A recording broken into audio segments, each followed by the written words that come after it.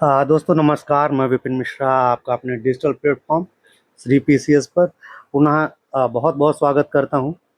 और जैसा कि आप लोग जानते हैं, जो नए बच्चे हैं वो फिर जान लें कि हम लोग उत्तर प्रदेश के करंट अफेयर्स से रिलेटेड मुख्य रूप से जो चीज़ें हैं उन पर चर्चा कर रहे हैं। विशेष रूप से प्रारंभिक परीक्षा जो हमारी 6 दिसंबर को होने वाली है उसके संदर्भ में, और साथ ही साथ जो मेंस हमारा होगा उसमें पेपर 5 और 6 का करंट अफेयर्स, उस पर हम लोग स्पेशली अभी से काम कर रहे हैं। साथ ही साथ एग्जामिनेशन के दौरान आपको प्रॉपर इसका करंट अफेयर्स पहुंचाया जाएगा। और इस करंट अफेयर्स की सबसे बड़ी विशेषता ये रहेगी कि ये उत्तर प्रदेश सरकार की साइट्स जो हैं, गवर्नमेंट साइट्स हैं यूपी गवर्नमेंट की, उन पर बेस्ड होता है या वहीं से डायरेक्ट लिया जाता है। तो यह इसकी विशेषता है, क्योंकि ऐसा हमारा कॉन्सेप्ट है। इस वजह से ये ऐसे प्रश्न अधिकांशतः परीक्षाओं में पूछे जाने की संभावना है, विशेष रूप से उत्तर प्रदेश पीसीएस की जो परीक्षाएं होंगी उनमें। साथ ही साथ और भी जो परीक्षाएं हैं, चूँकि करंट अफेयर्स है, चाहे वो आपकी स्टेट लेवल की जो भी परीक्षाएं हैं, लोअर सबऑर्डिनेट की है या फिर और भी जो यूपी की परीक्षाएं होती है, उसमें भी ये करंट अफेयर्स काम आएगा। चूँकि ये करंट अफेयर्स यूपी गवर्नमेंट की साइट से लिया है, तो सभी परीक्षाओं में उत्तर प्रदेश सरकार की अधिकांशतः इसके से प्रश्न आने की संभावना है। अब हम आते हैं अपने टॉपिक पर। आज का जो टॉपिक हमने आपको के लिए लिया है, वो टॉपिक आपका विशेष रूप से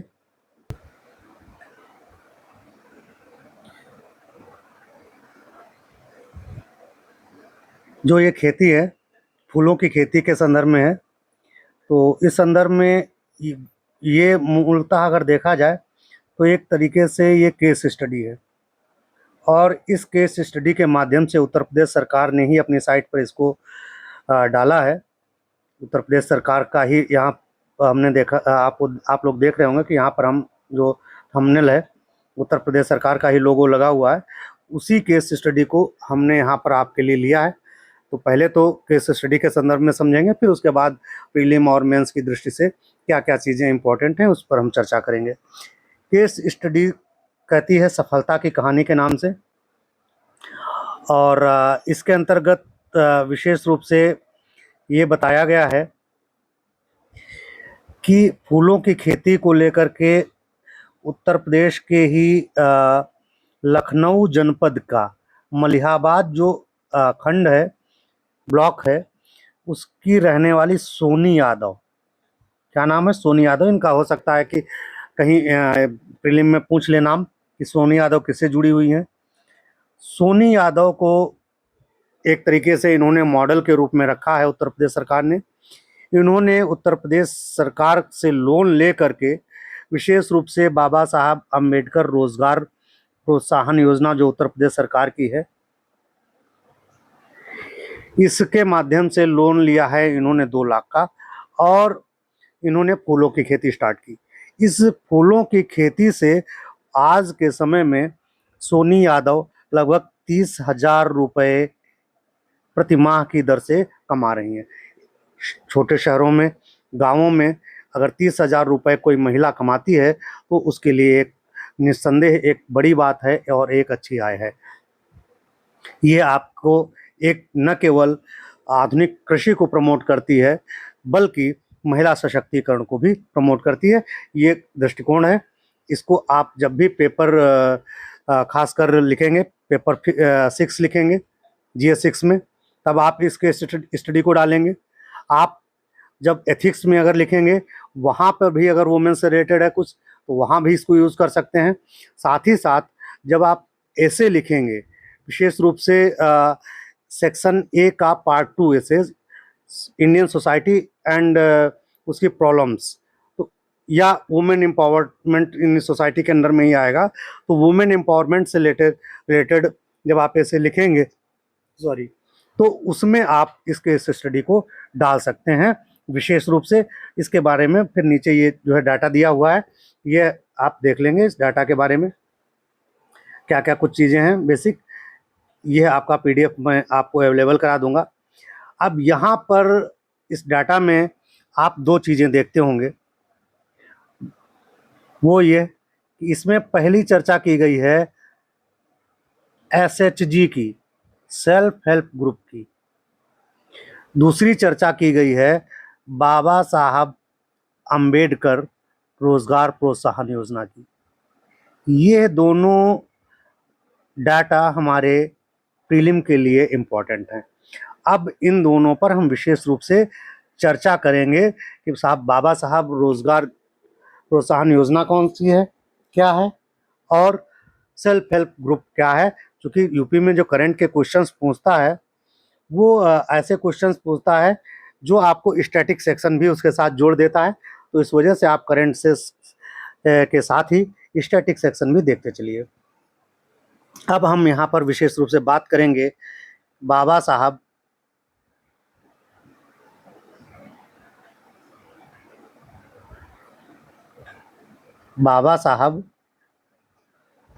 अंबेडकर, मैं शॉर्ट में लिख देता हूँ, आप लोग समझ लेंगे, अंबेडकर रोजगार प्रोत्साहन योजना। इस योजना पर अब हम विशेष रूप से चर्चा करेंगे, जान लेंगे कि आखिर है क्या ये योजना। उत्तर प्रदेश सरकार द्वारा यह योजना जो लाई गई, बाबा साहब अंबेडकर रोजगार योजना, इस योजना के अंतर्गत रोजगार सृजन को विशेष रूप से महत्व दिया गया है। इस योजना के प्रावधानों के अंतर्गत अगर हम बात करेंगे, देखेंगे तो इसके अंतर्गत जो ऋण अनुदान है, ऋण अनुदान क्या होता है पहले हम जान लेंगे कि जो राशि हमको दी जाती है, कोई भी लाभार्थी जो अप्लाई करता है उसको जो राशि दी जाती है उस राशि के हिसाब से दिया जाता है। तो इसमें 2 से 2.5 लाख रुपए तक की राशि आपको लोन के रूप में दी जाती है।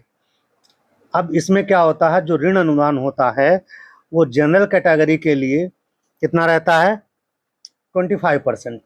यानी अगर 2 लाख का है तो उसका 25%, 2 लाख का 25% कितना, 50,000 रुपये लगभग वो अनुदान मिलेगा जनरल को। लेकिन जब हम बात करेंगे एससी, एसटी, दिव्यांगजन, सॉरी, महिला आदि की, तब इनका जो अनुदान राशि है और या उसका प्रतिशत है वो बढ़ जाता है। वहाँ पर यह 35% हो जाता है। इनको 35% अनुदान मिलेगा। लगभग 2 लाख के हिसाब से देखा जाए तो 70,000 रुपये ये बनेंगे जा करके। ये अनुदान मिलता है इसके अंतर्गत। आयु सीमा की अगर हम बात करेंगे तो इसके अंतर्गत आयु सीमा भी योजना के अंतर्गत निर्धारित की गई, 18 वर्ष से लेकर के और 65 वर्ष, 65 ईयर तक होना चाहिए जो भी इसके लिए अप्लाई करता है उसको या लाभार्थी को। यह इसकी योजना का मुख्य रूप से प्रावधान है। इसके साथ में ही एक इसकी पात्रता या एलिजिबिलिटी की बात जब हम करेंगे तो एलिजिबिलिटी को विशेष रूप से आप याद रखिएगा कि इसके अंतर्गत वही लोग पात्र हैं, वही लाभार्थी इसका लाभ ले सकते हैं जो लाभार्थी जो प्रधानमंत्री रोजगार सृजन कार्यक्रम हो या मुद्रा योजना जैसी अन्य कोई भी सरकारी ऋण योजनाएं हैं उनका लाभ नहीं ले रहे हैं। अगर वहाँ आप जुड़े हुए हैं, उन योजनाओं का लाभ ले रहे हैं तो आप इसके लिए पात्र नहीं होंगे। यह विशेष रूप से है। और इसकी चयन प्रक्रिया के अंतर्गत, चयन प्रक्रिया में विशेष रूप से इसमें जो डीएम होता है उसकी अध्यक्षता में एक कमेटी बनती है और जिला स्तरीय चयन एवं क्रियान्वयन समिति होती है। वो एक इंटरव्यू करती है। इंटरव्यू के अंतर्गत आपसे पूछा जाता है कि भाई आप किस लिए लोन लेंगे, आप अपना ड्राफ्ट दिखाइए, आप अपना प्रोजेक्ट बताइए। कुल मिलाकर के इस तरीके से जब डीएम स्तर पर जो कमेटी होती है संतुष्ट हो जाती है तब आपका ऋण अप्रूवल हो जाता है। तो कुल मिलाकर के यह इस योजना के बारे में मुख्य रूप से था। ऐसे हो सकता है कि इससे जुड़ा डाटा आपके प्रीलिम में आ जाए, क्योंकि ये एग्जाम्पल है, उत्तर प्रदेश सरकार ने ही प्रस्तुत किया है, तो हो सकता है इस योजना को फोकस कर दे या इससे ही प्रश्न बना दे। आप ये ध्यान रखिएगा, उत्तर प्रदेश सरकार का जो यूपी लोक सेवा आयोग का जो पैटर्न है एग्ज़ाम में प्रश्न पूछने का, वो ये है कि जैसे ही कोई भी करंट से रिलेटेड चर्चा होती है उसके बेसिक सेक्शन से क्वेश्चन पूछता है। इसी वजह से मैंने इस केस स्टडी के माध्यम से आपको इस योजना के अंतर्गत जो है इसके फीचर्स बता दिए। अब हो सकता है कि इस योजना से जुड़े प्रश्न पूछ ले, तो आप ये नहीं कि लो वो रैंडम उठा करके पूछ दी, भाई हमने तो काफ़ी दिनों से पढ़ी नहीं थी। ये आपकी गलती थी, आपने नहीं पढ़ी, ये आपकी गलती है चूँकि आप करंट उतना डिटेल से नहीं पढ़ रहे हैं, या जो नए छात्र हैं वो नहीं जान रहे हैं, जो पुराने छात्र हैं वो जान रहे हैं। तो ऐसी जो भी अगर करंट से न्यूज़ हैं, उनसे रिलेटेड जो बेसिक चीज़ें हैं उनको आप ज़रूर देखते चलिए। इसी रेफरेंस में हम बात करेंगे सेल्फ हेल्प ग्रुप की, क्योंकि अभी हमने बताया कि यह योजना सेल्फ हेल्प ग्रुप से जुड़ी हुई है।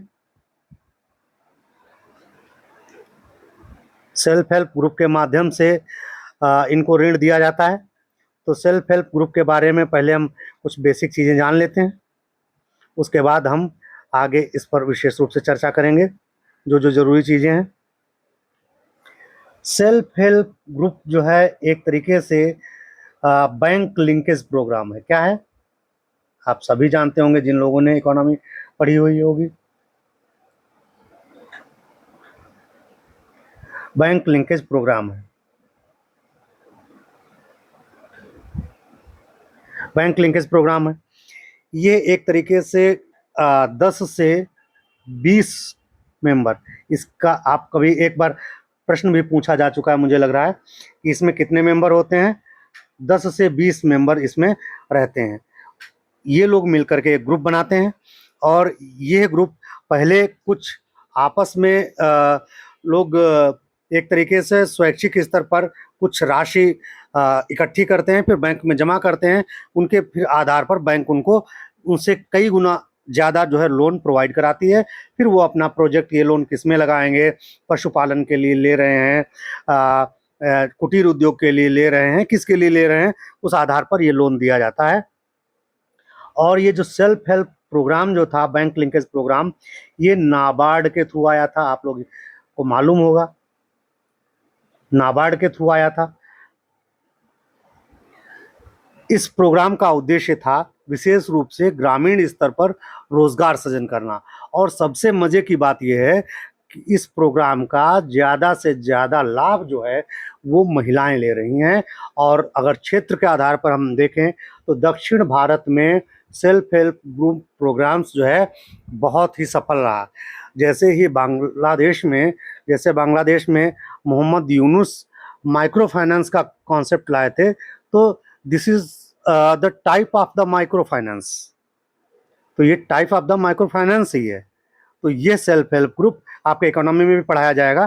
कुल मिलाकर के सेल्फ हेल्प ग्रुप के बारे में बेसिक चीज़ हमने समझ ली। खैर, अब ज़्यादा चर्चा न करते हुए, वीडियो लंबा न करते हुए, हम लोग नेक्स्ट टॉपिक पर अगले वीडियो में मिलते हैं। और साथ ही साथ मैं एक बार और रिकॉल कराऊंगा आपको कि जो बच्चे नए हैं वो इस चैनल को सब्सक्राइब कर लें, और जिससे उनको नोटिफिकेशंस मिलते रहें। और साथ ही साथ अपने दोस्तों के साथ उसको शेयर भी करें। लेकिन याद रखिए, जो दोस्त आपकी तैयारी करने वाले हैं उन्हीं के पास साथ शेयर करिए, और इधर उधर के बच्चों को जोड़ने की मुझे ज़रूरत नहीं है।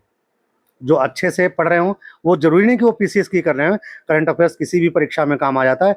लेकिन इधर उधर के बच्चे जो पता लगा कि आकर के आपको भी डिस्टर्ब कर रहे हैं और मुझे भी डिस्टर्ब कर रहे हैं, ऐसे बच्चों के जोड़ने की ज़रूरत नहीं है। जो अच्छे बच्चे आपके मित्र हैं, परिवार के हैं, रिश्तेदार हैं, जो तैयारी करने वाले हैं, उन बच्चों के साथ इस लिंक को शेयर कर देंगे तो वो भी इससे लाभान्वित हो सकेंगे। ठीक है, मिलते हैं अगले वीडियो में। धन्यवाद।